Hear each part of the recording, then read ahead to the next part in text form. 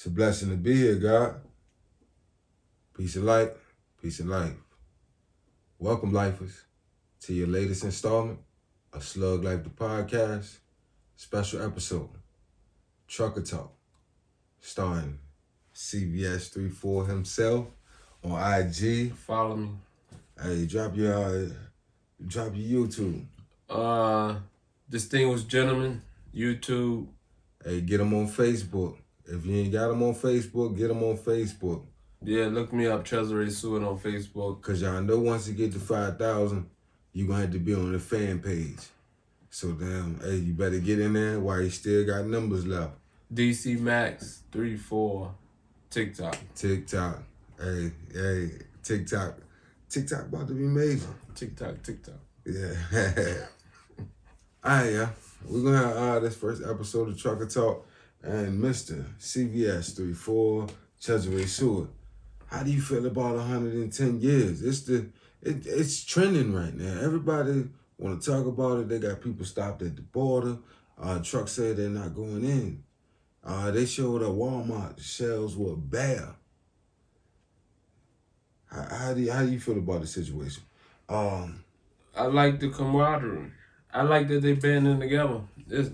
That's a harsh sentence for a mistake like that.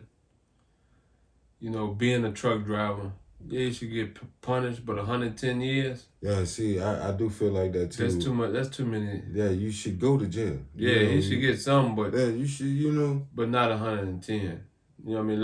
Like that's over punishment. Like that's saying that one mistake costs everything. Yeah. But you still get to live, excuse me. But you still I don't know.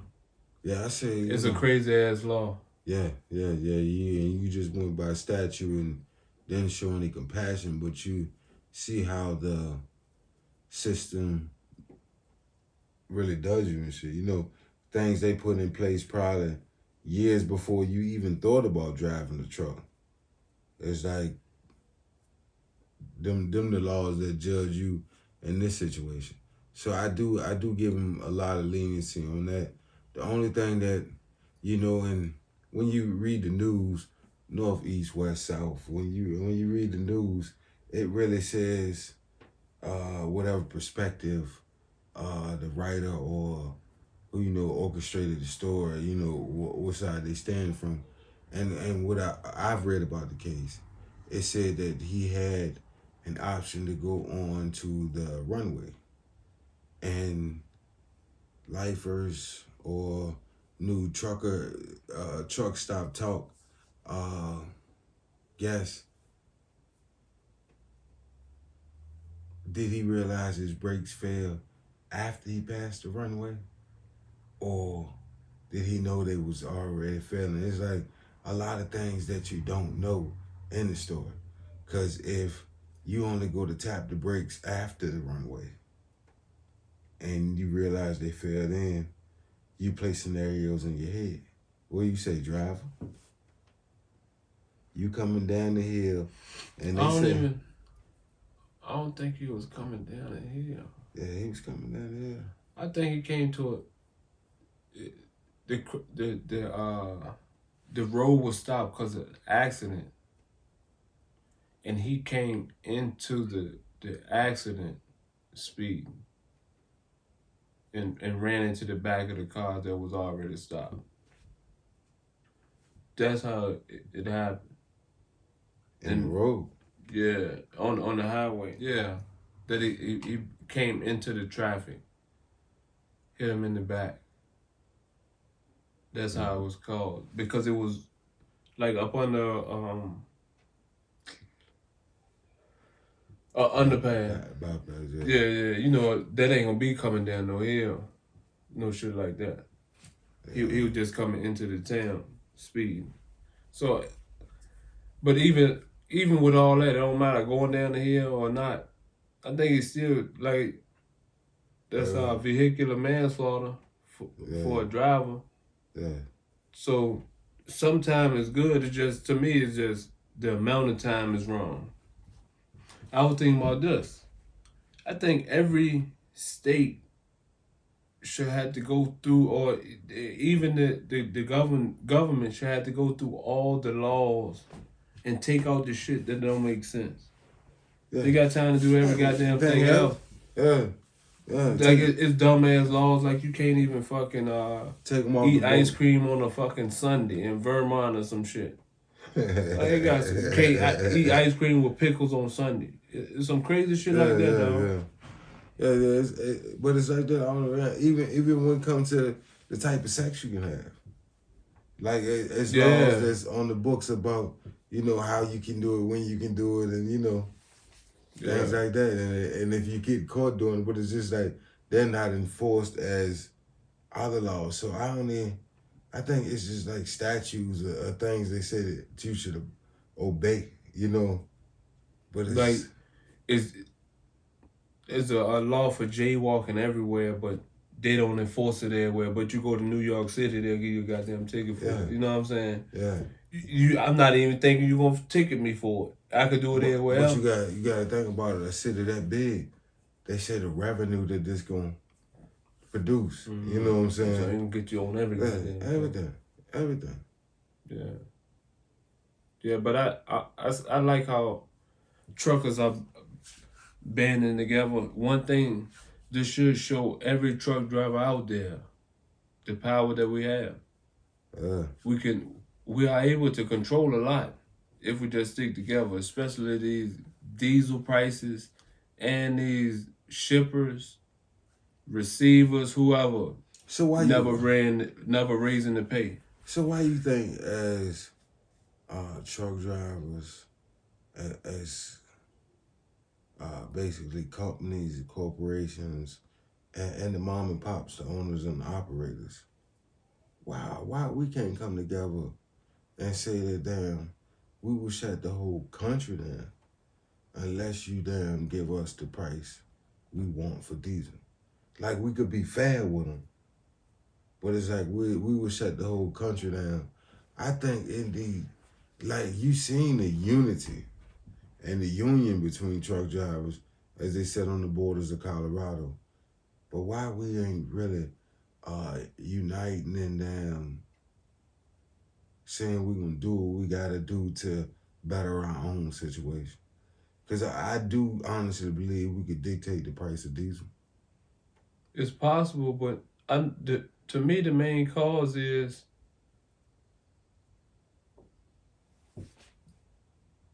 we don't know what the next person has going on.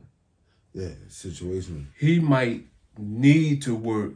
Yeah, he has that period that we're trying to shut it down. He might be the one that need to work. You know what I'm saying? Because if he don't, he got this bill. He gonna lose that. Yeah. But instead of just being one, it's millions of them that's drivers, and that's to me that's the main cause. The reason why I don't think they getting into Colorado, because I think trucks block the road. But if the road was open, it'd be trucks going in and out. There'd be some on the side, but it'd be some that was going. I seen in some groups like they picking up loads out of California and running them to Denver. Like they still moving. Like down, you know, if they got to find an alternative route to get in there, they gonna get in there. You know what I'm saying? Like, see, but to me that's the reason why we can't have the strong unity like we needed, is because of that. That's the key factor. Because it's somebody out there saying, shit, if a load is out, I'm getting it. I'm going. Yeah, nah, and you can't blame him. I ain't the type to underbid nobody else. But you can't blame somebody that still want to get it. But everybody ain't gonna be down for the cause. You know what I'm saying?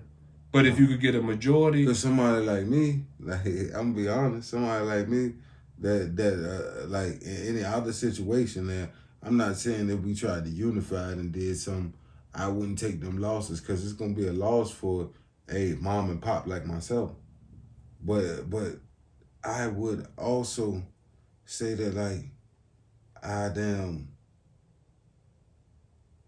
look at the load board all the time, and any other time if the rates went up or it was good money on the load, I don't care what's going on, I'm gonna run it. You know what I'm saying?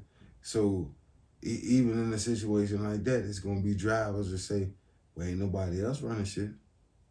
They paying good money for some shit to get ran.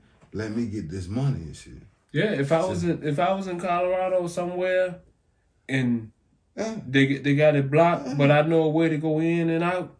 yeah, yeah. I mean, I can't help somebody for saying I'm gonna get this money, because depending on my situation, I'll probably be trying to get it too. But that's the reason why we can't band together and demand what we want, because it's that hustler's mentality to say, when the stock is low, I'm gonna buy a lot. You know what I mean? That's what it is. But I really can't. I can't disagree though, because that's how most generational wealth or trucking companies were established. You know, and if you have that mindset or feel like you want more than just to be a company driver, have your own truck, you know what I'm saying? Because I still don't say it's much difference. It's much difference between being a company driver and just having one truck. The main thing is a difference between being a company driver and having one truck. The main difference is the responsibility. Yeah. I mean the main thing, the thing that's the same, whether you're a company driver or own your own truck. The main thing that's the same is if them wheels ain't moving, you're not getting paid. No more. That's the same. Yeah. But other than that, it's the same until it get to the office part. You still drive the same. Mm-hmm. You deliver the same. You load the same. Yeah. But then he gets off when he park his truck. Yeah. Owner operators don't. You know what I'm saying? I gotta do maintenance. Yeah. I gotta check everything. You don't get to like my pre-trip and my post-trip is real. Yeah. Yeah, you know what I'm saying? Like I really gotta pay attention. But you know, if you don't do it, if it break, it costing you. Yeah. He know if he don't do it, if it break, I just take it back to you, tell you it's messed up, and you give me something else to drive. I think that's just, as an owner operator though. Don't you think it's preventative? It's like most of the things you do are preventative. You trying to prevent something from happening before it happens, because if it happens on the road, look how much more you gonna pay. That's why it's called when you get a oil change, a preventative maintenance, PM. Yeah. I wouldn't even get an oil change if I didn't get a PM. Like, yeah, you need it. It's the one of the things that matters is the sense, down to the scent of everything when it comes to driving. Like if you think about if I burn 1 cent less per gallon, how much you will save over time. But if you think about it in a small sample, it ain't no damn money. But if you think about it over the long term, shit, that might be like 2 fill-ups, you know what I'm saying? That shit'll go a long way. Like how much money you can make off what you think 2 about fill-ups. Alright, my first quarter with IFTA, I did about 2,600 gallons. Like, but I wasn't even running at the capacity that I'm running at now. So my next quarter, I imagine how many gallons, but you think about it. When I say quarters, y'all, it's 4 quarters in a year.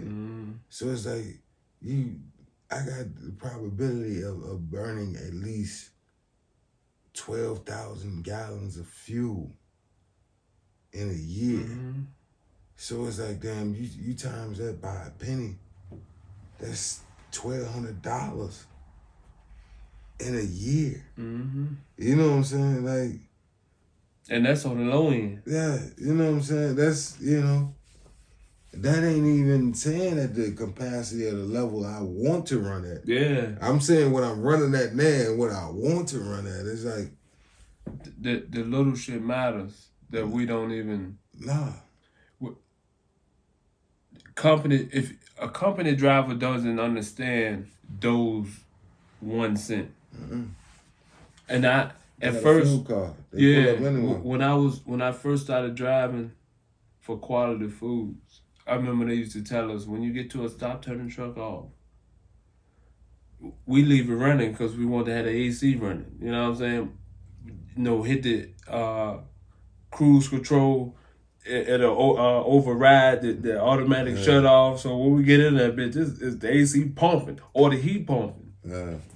Now I understand why, especially if you're gonna be at a stop for about an hour. I could see if we did it, 10 minutes before we came back to the truck, but have it to running the whole hour.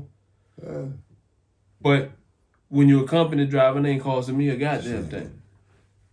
And that's what. It's like this. The only time I think about taking my automatic shut off on the truck off is the wintertime. Because it's like for me to actually be in there and to keep it running, I got to, actually be in there. But I think about it, even when I go to stops and I know I'm going to be there for a minute, I crank the heat up real high. And then I shut it down and then, by the time you get back in there. Yeah, it's still going to be pretty warm. Yeah. But all drivers know, in the winter you got to adjust the pod and shit. Mm-hmm. It's like, I'm not comparing it to people that actually work outside and stay outside the whole time. But in all elements, you got to get out there and bear them to actually do what you got to do, Mm-hmm. I run a skateboard. And even with the container game, y'all got to pop them containers, so. Yeah. So it's like you got to actually get out that truck sometime. It ain't, I wish I was just dropping hook. Can you imagine if you was just dropping hook? How simple and easy that would be. Yeah. Like I pull in and drop, go hook an hour and I'm gone. Like that's it. That'll be sweet. Yeah. If you could get a dedicated account that's my idea.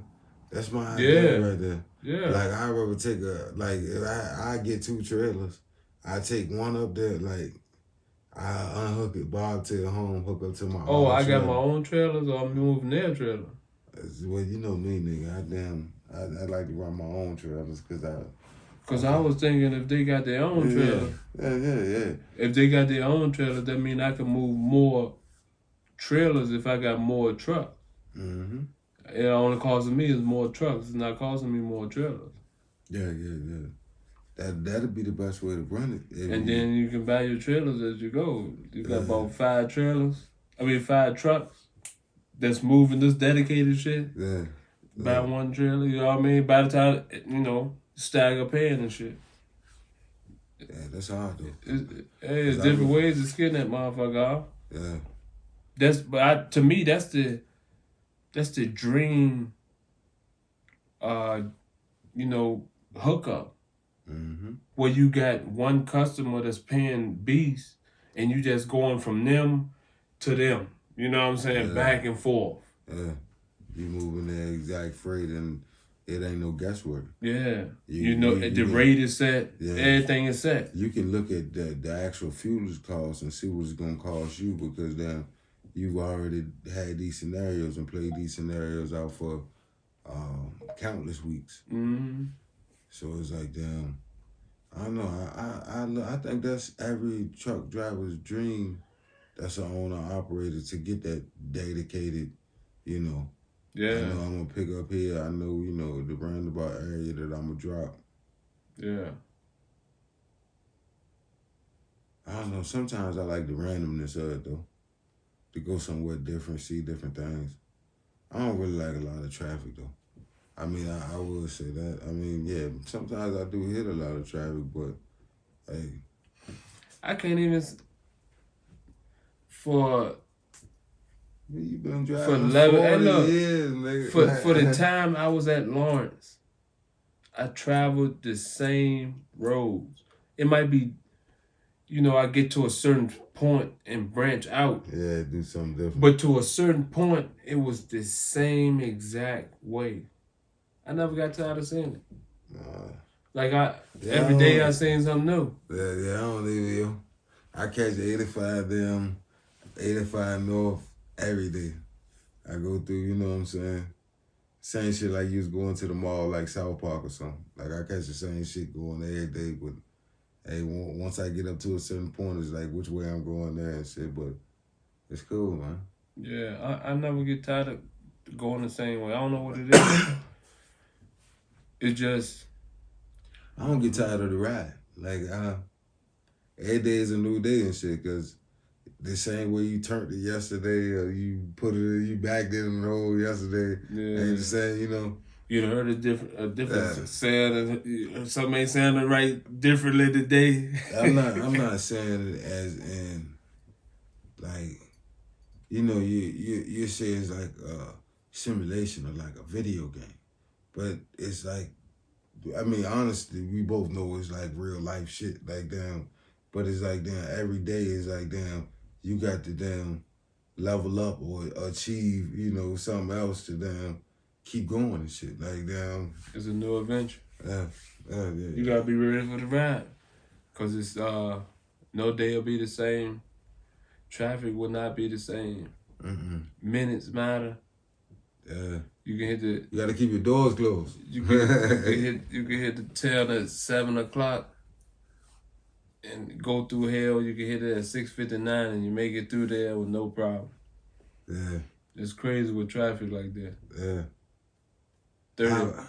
I'd rather know I got enough space to get there early. Even if y'all don't unload till later, I like to say I got enough space where I can already come to you. If I gotta sit outside your gate, I hope your driveway or your turn long enough where I can sit outside and wait on you to get there, because I like to slide in there early. Let me get there and get it over with. Especially if I gotta face traffic. People can't drive in the morning. They can't drive when they get off. No. They can't drive when it's weather. Basically, the four-wheelers can't drive. Yeah, that's it. Fuck, some people say fuck them kids, fuck them four-wheelers, nigga. Oh, look, this one thing I will say. I think it's crazy as hell that the fact that me and you, and if you're a truck driver and you're watching, as truck drivers, we can get in our car, drive from here to California, get over there, and sleep for 2 hours, drive straight back, non-stop, and there's nothing said. But the moment I get in the truck and start driving, I'm regulated. And even though I'm regulated, if I'm doing anything wrong, if I'm that driver that's coming back from Cali in my four-wheeler and hit you, somehow it's your fault.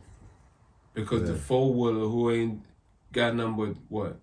2 hours. 2 hours and about 36, 30. Yeah, 4 days. In 4 days, they ain't had nothing but 2 hours of sleep. But it's my fault because... they on meth, too. Yeah. Like, that, anything they was doing is okay. It's my fault. Because I didn't pre-trip long enough, or I didn't log that stop, or I didn't have but 1 minute or a couple minutes left on my time, and I might not have been able to make it to the rest area. Information and everything, and you can clearly see this car ran up under the side of me. I even maintained my line when I stopped. Like, you know what I'm saying? That's something we should be standing up for right there. 'Cause that shit is that is one thing that's wild. That just because we are labeled as a professional driver, we are always liable. Yeah, always. You got to get it right every day. Every day. Every day. You don't get no days off. You don't get no days off. You get until proven innocent. And y'all know me, I'm Mr. Fuck This Dunnage. And Shit. Hey, Sometimes I even pull over and say, hey, this shit fall off here. It's gonna cost me more than being lazy. You know what I'm saying? So I got to them, I'm getting better, y'all. I'm gonna say that. I'm gonna say that. I miss the left lane gang. Yeah. Find me in that left lane. Yeah. I hold the right lane down. I take those off. That's my specialty, taking those off. If I know you on the road, all you gotta do is look over at me. I bury my hand, and I'm taking your doors with me. Next time you see them, you can get them. If it's near the holidays, I'll send them to you wrapped with a bow. Well, I take those. Hey, do what he say now. So if y'all see him, you gotta snatch his door. See, I'm not gonna say that because I drive a little engine that could. Yeah, I drive a little engine that could. And then we get the way we going and shit, yo. That's all she got to do, yo. That's all she got to do. So I ain't saying I snatch her door, but if you see me out there and I catch you slipping, I take them doors, though. I take them, yo. You know what I'm saying? Hey. He said he ain't looking for smoke. Yeah. But I'm looking for it. Basically, I'm looking for it. Nah, I ain't ready yet. Yeah. I ain't ready yet. I'm green. I'm just a rookie driver, yo. I'm just a rookie driver.